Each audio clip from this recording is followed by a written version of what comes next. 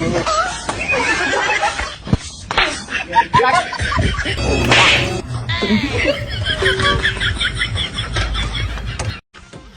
Mummy खाना लगाना जरा। माँ नहीं है, आज का खाना तो हमने बनाया है। अरे मैं तो भूल गया, आज तो मेरा व्रत था।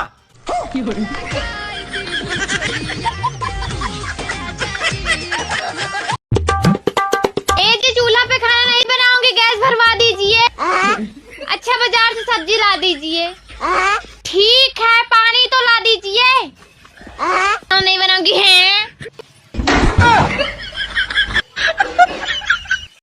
तुमको पता है मेरे पापा के सामने बड़े से बड़ा आदमी कटोरा लेके खड़ता है। अच्छा, वैसे क्या करते हैं तुम्हारे पापा? कुछ नहीं, पानी पूरी का ठेला लगाते हैं।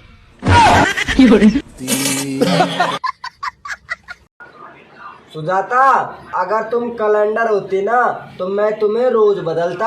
अगर तुम अदरक होते ना तो मैं तुम्हें रोज भर के कूटती। कृष्ण जगन्नाथ प्रेमानंद, ये क्या हुआ? दांते से कूटती और